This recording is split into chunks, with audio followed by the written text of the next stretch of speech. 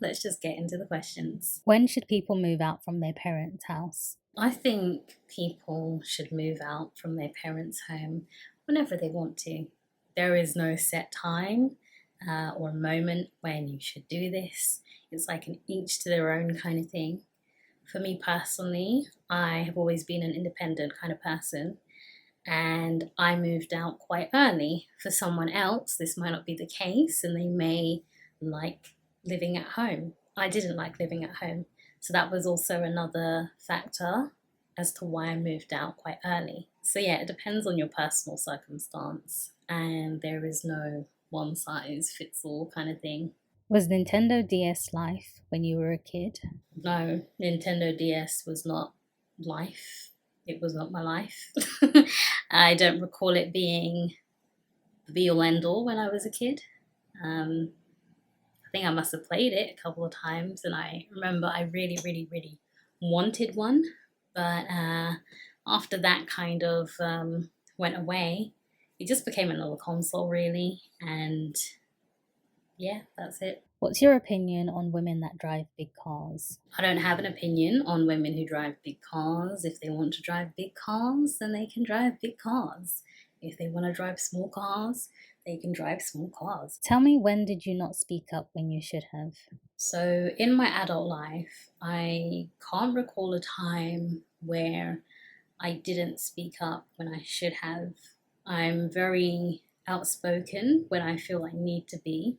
And if there is any injustice going on my part or someone else's part, then I will speak up on it.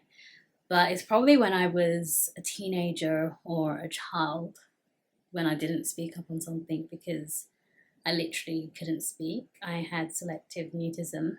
So I'm just guessing that that would have led to scenarios where I literally didn't speak up when I should have done, or instead of saying should, when the situation kind of called for it. But trying to think back, all those years back, I can't really think of a specific scenario where I didn't speak up when I should have done.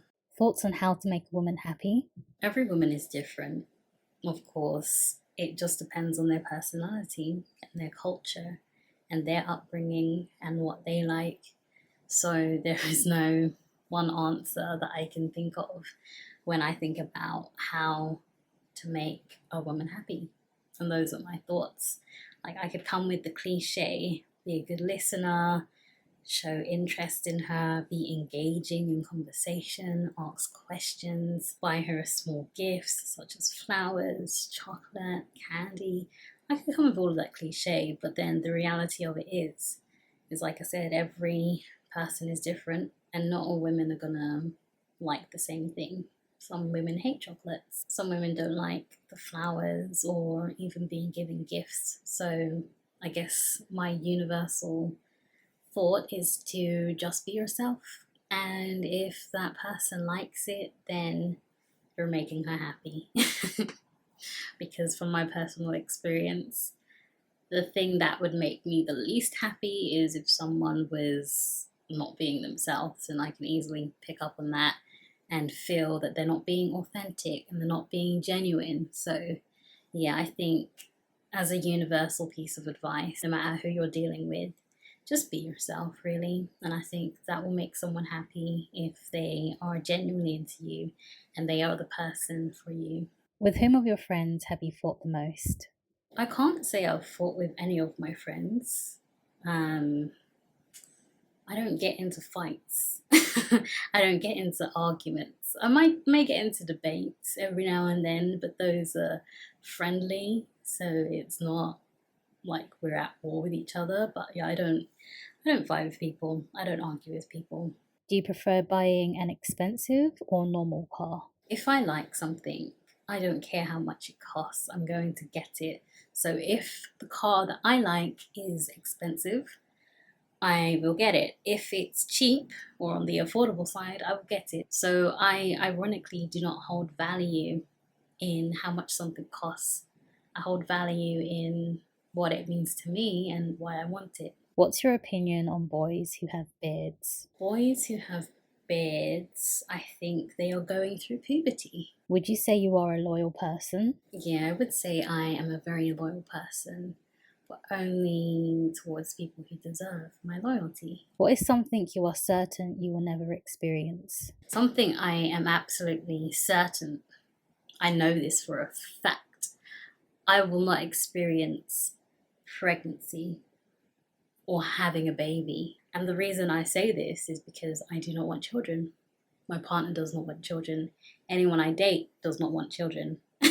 This is a child-free zone right here. And people say things like, oh, well, mistakes happen. Yeah, they do.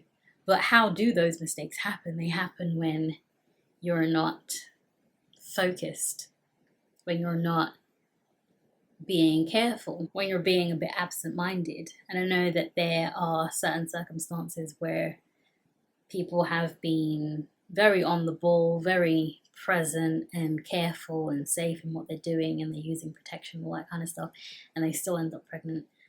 Those are very minority cases, I would say, but for the most part, there was always a way that someone could have prevented the pregnancy that they had. And a lot of people who have children did not plan to have those children. It was mostly an accident. So what does that say, huh?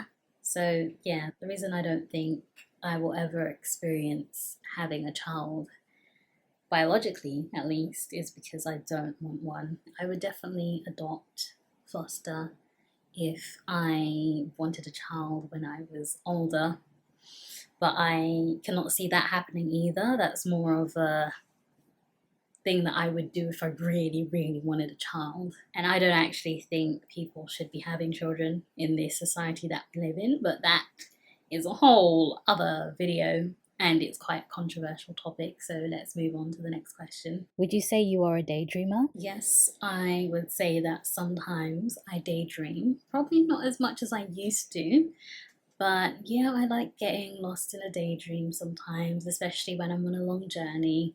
Like I'm on the bus, I'm riding through the city, and I'm just looking out the window, just people watching, and then I might zone out and just go into a beautiful daydream. Yeah, I would consider myself a daydreamer. Have you been to a concert? Yeah, I've been to a few concerts in my time. The last concert I went to was probably over 3 years ago, though, way before this whole pandemic started. And I can't even remember who I went to see, but I'm pretty sure it was good. When is lying in a relationship okay for you? First of all, lying is bad on its own. And then lying when you're in a relationship is never okay. Never, ever, ever, ever, ever okay. Because the way I see a relationship is that you are two people, you come together and you work as a team. So if you're lying to your partner, you're lying to yourself as well. And you're not only doing damage to your partner, you're doing damage to yourself as well and the relationship. Because a true relationship cannot be built on lies.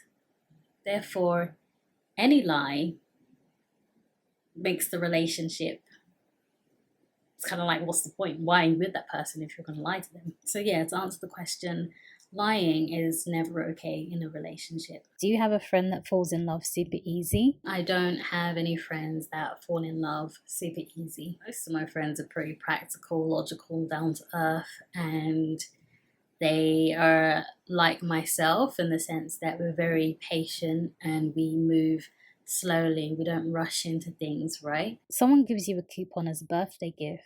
How do you feel? I'd feel appreciative and be thankful that they thought of me and gave me a gift. What are your thoughts on people who study all day? So the first thought that came to my mind is that there is more to life than studying. Because it's true, there is. But then at the same time, I don't have much of an opinion on what other people are doing. So if someone wants to study all day, spend all of their time doing that, I will not say anything. Like, it's not my place to do so. Is college for you? If yes, what do you want to study and why? College isn't for me because I am well past college age. And I'm assuming you mean college as in UK college, not USA college, because I know that there can be some differences there, right?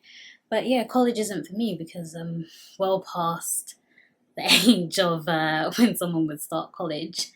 Um, but what did I study? I studied music production, music theory, singing, dancing, and acting. And was it for me?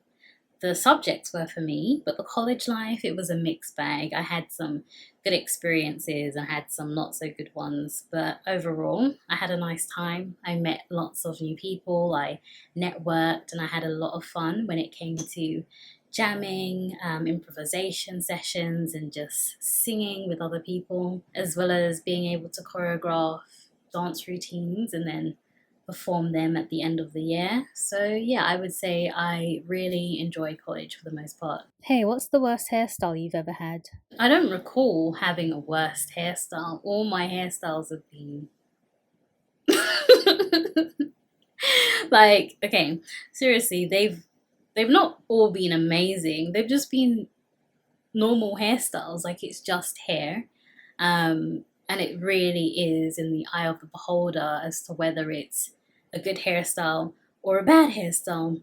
And to me, none of the hairstyles were bad. They were okay. They were what I wanted at the time. So I can't really say any hairstyle I had was the worst. Do you think a partner's secret should be kept after a breakup? Well, a secret is a secret, so why would it suddenly not be a secret when you break up? A secret doesn't stop being a secret just because you're no longer with someone. So if someone told you something that was meant to stay between you two, I don't think it would be very nice if you then went ahead and shared that information with other people. It doesn't matter whether you're in a relationship with that person or you've broken up with that person, it's just a matter of respect and it's just a principle. You keep a secret that someone tells you. And if you're someone who can't keep secrets, then make sure people are aware of that. But just because you broke up with someone or they broke up with you, it doesn't justify anything, and it doesn't mean you can suddenly start blabbing your mouth about their secrets. Think of how you would feel if it was the other way around. That's it for this video. Thank you for watching, and I'll see you in my next one.